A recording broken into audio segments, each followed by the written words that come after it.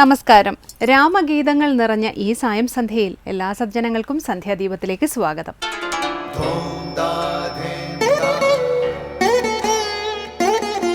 ശുഭം ഭവതു കല്യാണമായുസാരോഗ്യവർദ്ധനം സർവദുഃഖ വിനാശായ സന്ധ്യാദീപം നമോസ്തുതേ.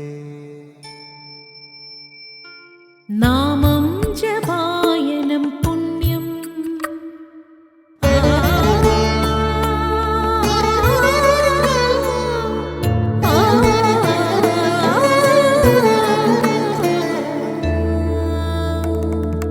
നാമം ജപായനം പുണ്യം നിരുപമദീപാങ്കുരം പോലെ സ്വരശ്രുതിലയവരമതുലം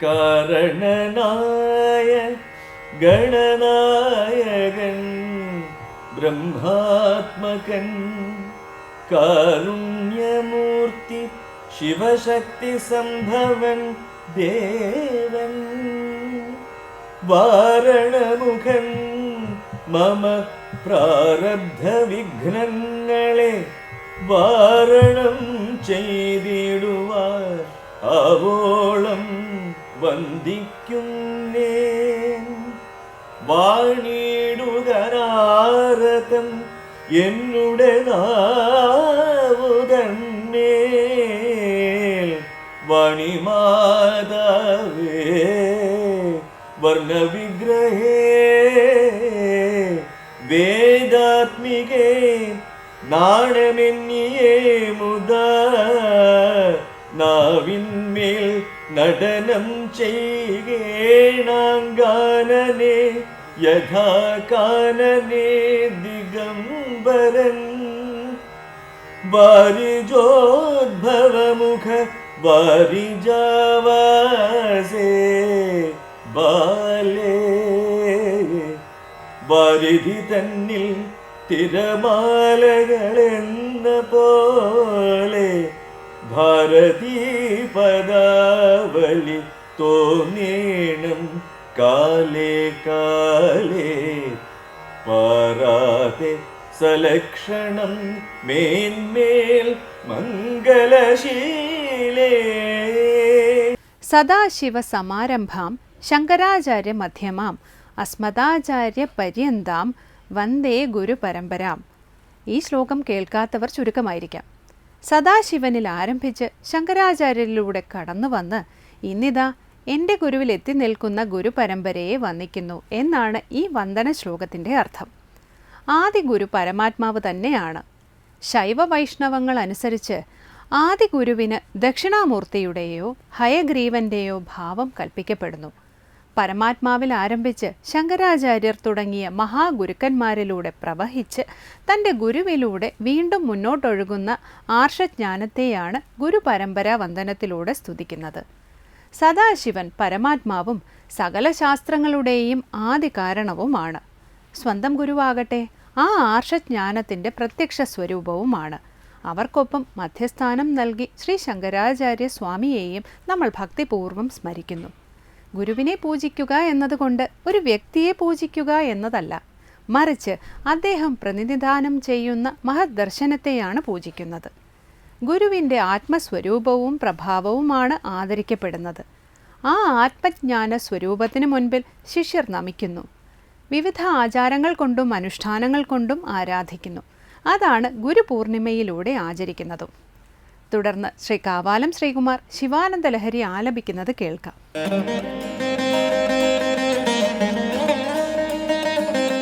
ത്രയീവേദ്യം ഹൃദ്യം ത്രിപുരഹരമാദ്യം ത്രിനയനം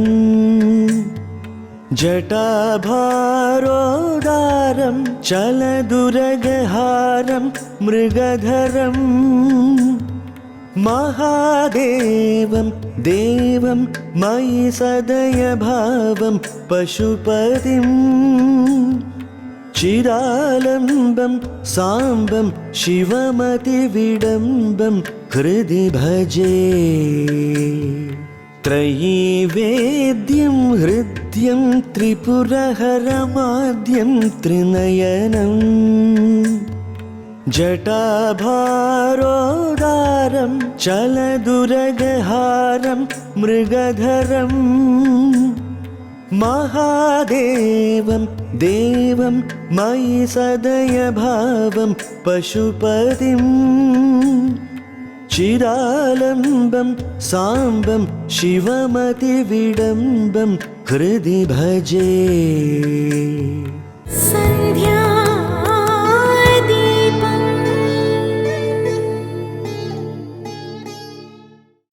അടുത്തതായി ശങ്കര സ്തോത്രാമൃതം. ശിവനെയോ ശിവയെയോ ആരാധിച്ച് നിരാശരായവരില്ല. ശിവത്തെ ഹൃദയത്തിൽ ഭജിക്കുന്നു. ഭജിക്കുന്നുവെന്ന് പറഞ്ഞാൽ സേവിക്കുന്നു, പൂജിക്കുന്നു, കീർത്തിക്കുന്നു എന്നാണ് മനസ്സിലാക്കേണ്ടത്. ശിവാനന്ദ ലഹരി പാരായണം ചെയ്യുന്ന ഓരോരുത്തരും അതിലെ തത്വങ്ങൾ തന്നിൽ പ്രകാശിക്കട്ടെ എന്നാണ് പ്രാർത്ഥിക്കുന്നത്. ശ്രീ ശങ്കരാചാര്യർ രചിച്ച ശിവാനന്ദ ലഹരി എന്ന കൃതിയിലെ 3-ാം ശ്ലോകം ഇന്ന് ശങ്കര സ്തോത്രാമൃതത്തിൽ സ്വാമി ചിദാനന്ദപുരി വ്യാഖ്യാനിക്കുന്നത് കേൾക്കാം.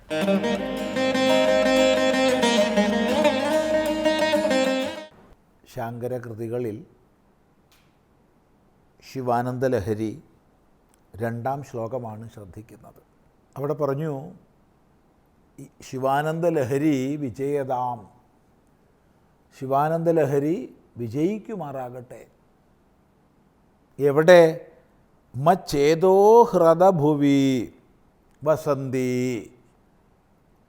എൻ്റെ ബുദ്ധിയാകുന്ന തടാകഭൂമിയിൽ നിവസിക്കുന്നവളായ ശിവാനന്ദ ലഹരി വിജയിക്കുമാറാകട്ടെ. എൻ്റെ ചിത്തമാകുന്ന തടാകഭൂമിയിൽ. എവിടുന്ന് വന്നു ഇത്? പറയുകയാണ്, ത്വച്ചരിതസരിത ഗളന്തി ശിവാനന്ദ ലഹരി, നിൻ്റെ ചരിതമാകുന്ന സരിത്ത് നദി ഗളന്തി ഒഴുകുന്നവളായ ശിവാനന്ദ ലഹരി എങ്ങനെ ഒഴുകുന്നു? കിൽബിഷരജോ ദളന്തി, കിൽബിഷങ്ങളാകുന്ന പാപങ്ങളാകുന്ന പൊടിപടലങ്ങളെ, അഴുക്കിനെ കഴുകിക്കളഞ്ഞ് ഇല്ലാതാക്കിക്കൊണ്ട് ശുദ്ധീകരിച്ചുകൊണ്ട് ഒഴുകുന്നതായ ശിവാനന്ദ ലഹരി അങ്ങനെ ആ നദി ഒഴുകുകയാണ്. അതിൽ നിന്ന് ധീകുല്യ സരണിഷു പതന്തി, ബുദ്ധിവൃത്തികളാകുന്ന കുല്യകൾ, കുല്യ കനാല്, തോട് എന്നൊക്കെ പറയാം, അങ്ങനെയുള്ള വഴികളിലൂടെ പതിക്കുന്നവൾ. അതിലൂടെ ഒഴുകി ഒഴുകി എവിടെ എത്തി? മച്ചേതോ ഹൃദഭുവി, എൻ്റെ ഛേദസ്സാകുന്ന തടാകഭൂമിയിൽ. ആ സരിത്ത് എന്താണ് ചെയ്യുന്നത്? സംസാരഭ്രമണ പരിതാപോപശമനം, സംസാരഭ്രമത്തിൻ്റെ പരിതാപം ഉപശമിപ്പിക്കുക എന്നുള്ളതാണ് ചെയ്യുന്നത്. എന്ന് പറയുമ്പോൾ എത്ര മനോഹരമായൊരു കൽപ്പനയാണെന്ന് നോക്കൂ. ആദ്യം തന്നെ ഭഗവത് ചരിതങ്ങൾ വരുന്നു. ഇപ്പോൾ ഭഗവത് ചരിതങ്ങളെ കേൾക്കുക, ഭഗവത് ചരിതങ്ങളെ പറയുക, ഇതാണ് ആദ്യം പറയുന്നത്. ഈശ്വരചരിത വർണ്ണനം, ഈശ്വരചരിത ശ്രവണം, ശ്രവണം, കീർത്തനം, അങ്ങനെ പോകുന്ന ഭക്തി സാധനകളുടെ പ്രാഥമിക ഘട്ടം. അതാണ് ആദ്യം സൂചിപ്പിച്ചത്. അതാണ് ത്വചരിതസരിത എന്ന് പറഞ്ഞു. രണ്ടാമതായിട്ട് പറഞ്ഞു, അത് കിൽബിഷരജോ ദളന്തി, ഭഗവത് ചരിതങ്ങൾ പാപവാസനകളെ മുഴുവൻ ഇല്ലാതാക്കുകയാണ്. അന്ധകരണത്തെ ശോധനം ചെയ്യുകയാണ്, ശുദ്ധീകരിക്കുകയാണ്. അങ്ങനെ അന്ധകരണം ശുദ്ധീകരിക്കുമ്പോഴോ ധീകുല്യാസരണിഷു പതന്തി, അത് ബുദ്ധിയാകുന്ന തോടുകളിലേക്ക് പതിക്കുകയാണ്. താത്പര്യം നമ്മളിൽ വൃത്തിജ്ഞാനം ഉദിക്കുകയാണ്. ഭഗവത് ചരിത ശ്രവണ കീർത്തനങ്ങളെ കൊണ്ട് ശുദ്ധി കൈവരിക്കുമ്പോൾ, മാലിന്യങ്ങൾ നീങ്ങുമ്പോൾ നമ്മളിൽ വൃത്തിജ്ഞാനം ഉദിക്കുകയാണ്. അങ്ങനെ വൃത്തിജ്ഞാനം ഉദിക്കുമ്പോഴോ സംസാര പരിഭ്രമണ താപം ഉപശമിക്കുകയാണ്. സംസാര ദുഃഖങ്ങൾ നീങ്ങുകയാണ്. അങ്ങനെ സംസാര ദുഃഖങ്ങൾ നീങ്ങുക എന്നുള്ള പ്രയോജനത്തിലേക്ക് എത്തിക്കുകയാണ്. ഇതാണ് ശിവാനന്ദ ലഹരി ചെയ്യുന്നത്. അത് ഭഗവത് ചരിതങ്ങളാണ്. ആ ഭഗവത് ചരിതങ്ങൾ അങ്ങനെ ഒഴുകി ഒഴുകി പോകുമ്പോൾ കിൽബിഷരജസ് ഇല്ലാതാകും. കിൽബിഷരജസ് ഇല്ലാതാകുമ്പോൾ തത്വജ്ഞാനം പ്രകാശിക്കും. തത്വജ്ഞാനം പ്രകാശിക്കുമ്പോഴോ സംസാരക്ലേശങ്ങൾ ഇല്ലാതാവും. ഇതിനെല്ലാം വഴിയൊരുക്കുന്ന ശിവാനന്ദ ലഹരി വിജയിക്കട്ടെ, നല്ലതുപോലെ പ്രകാശിക്കട്ടെ. ഇത് ഭഗവാൻ ഭാഷ്യകാരൻ, ശിവാനന്ദ ലഹരിയുടെ കർത്താവ് തൻ്റെ ഹൃദയത്തിൽ പ്രകാശിക്കട്ടെ എന്ന് പറയുമ്പോൾ, ഇത് പാരായണം ചെയ്യുന്ന, ഇത് കീർത്തനം ചെയ്യുന്ന ഓരോ ജിജ്ഞാസുവും ഭക്തനും ഇത് തന്നിൽ പ്രകാശിക്കട്ടെ എന്ന് പ്രാർത്ഥിക്കുകയാണ്. എന്തൊരു മനോഹരമായ കൽപ്പനയാണെന്ന് നോക്കൂ. തുടർന്ന് 3-ാം ശ്ലോകത്തിലേക്ക് നമ്മൾ പ്രവേശിക്കുകയാണ്. ത്രൈവേദ്യം ഹൃദ്യം ത്രിപുരഹരമാദ്യം ത്രിനയനം ജഡാഭാരോദാരം ചലദുരഗഹാരം മൃഗധരം മഹാദേവം ദേവം മയി സദയഭാവം പശുപതിം ചിദാലംബം സാംബം ശിവമതിവിഡംബം ഹൃദി ഭജേ. ശിവം ഹൃദി ഭജേ. ശിവം, ശിവനെ അഥവാ ശിവത്തെ, ഹൃദി ഹൃദയത്തിൽ, ഭജേ ഞാൻ ഭജിക്കുന്നു. അപ്പോൾ ഇവിടെ ക്രിയാപദം ഭജേ എന്നുള്ളതാണ്. ഭജേ എന്ന് പറഞ്ഞാൽ ഞാൻ ഭജിക്കുന്നു. ഭജ് സേവായാം എന്ന് ധാതു.